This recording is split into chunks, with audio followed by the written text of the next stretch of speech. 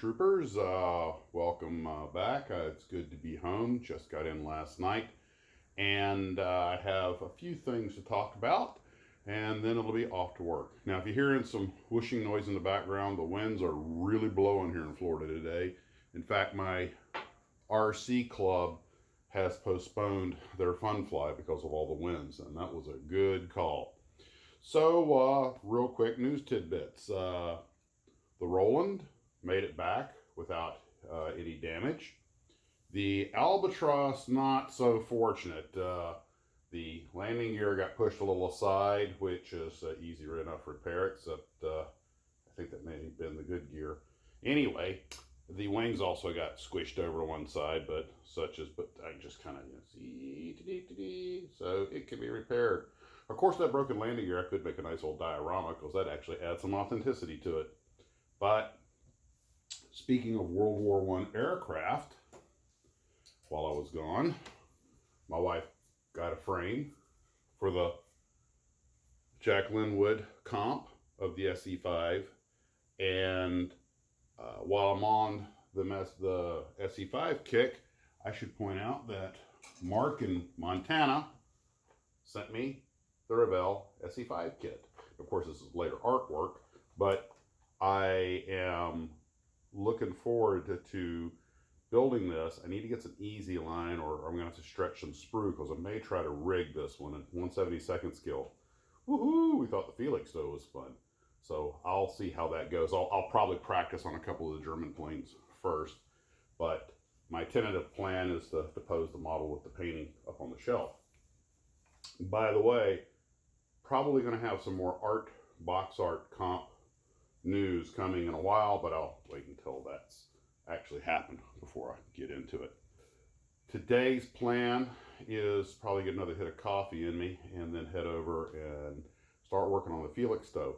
Now, when I started the Felixstowe, I told you guys that, I just want to focus on this one airplane and put all my other projects aside because the Felixstowe was spread all over the Tarbes just because of its size and everything. I had stuff everywhere, but now that the airplane is more or less consolidated into one major part where I can free up a little space in the Tarbes, I think I'm going to start working on some other projects. You guys know that I normally have several projects open at one time. And I've got a couple ideas for some things that we're going to do. One of them is at some point, I'm considering very likely taking a week to finish all of the projects that have been stagnant for a while. The Brewster Buffalo, the Vostok, the GB, the second GB, all of which have kind of been sidelined because I've had other things going and they're in their boxes waiting to go. I want to get started on the Tom of the kit bash of the Tom Daniel design. TD had sent me. Let me rephrase it. TD had sent me a monogram Dornier 335, the two-seater. Now, you guys know that I finished off the kit bash he started, and his work was just fantastic. It was flawless. And he was doing that in 1/72nd scale. Well, apparently he had thought at some point of doing it on a larger scale. He had an old 335 two-seater Noctiager Dornier that he never got around to. So he sent to me, said he finished this if you could do something with that. And I've already got plans for doing that as a kit bash. And it's sitting there waiting my attention, so I want to get started on that. Speaking of TD, he sent me a rather interesting email.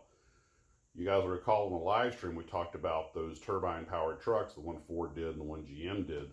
Well, I did not realize that TD was actually involved in that design.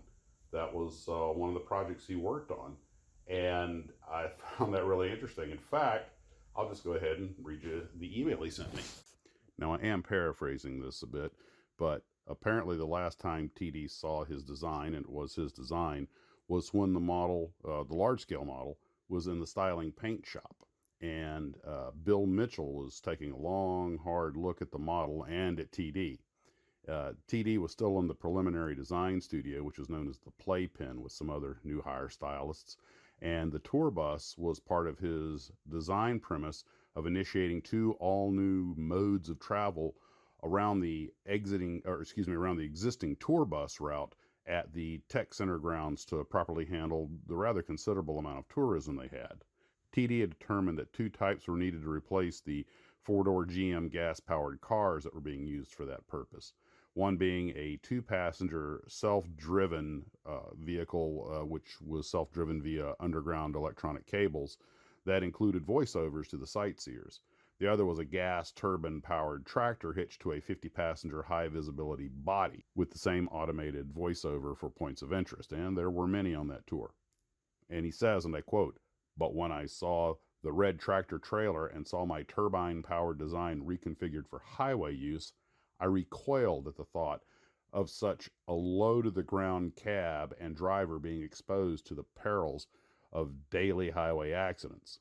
No such problem for that load tractor when it was confined to tour bus duties at the GM Tech Center." He states he's not sure if this iteration had the dromedary steering incorporated into his original design.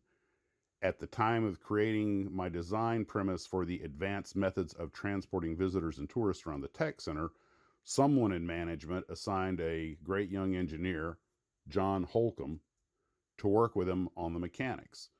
The body housing the 50 tourists was much smaller than what is shown here. So after what we talked about on the live stream of the turbine power cars, it turns out that TD was involved with one of them that we had talked about, and it was never really intended for highway use, which explains a lot. But it is still just one of the coolest vehicles. Someone should be making a model of this. You could park that thing on the set of Star Wars and it would fit in perfectly. TD, you guys were inventing the future. Well, that's it for today, guys. Hope you're having a great day. Let's get that glue and get to work. And I'm really talking to myself now. Come on, Max. Get some coffee in you and get to it. You got some rigging to do. But it's so windy outside.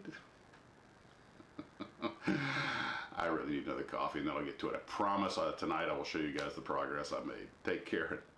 Model on.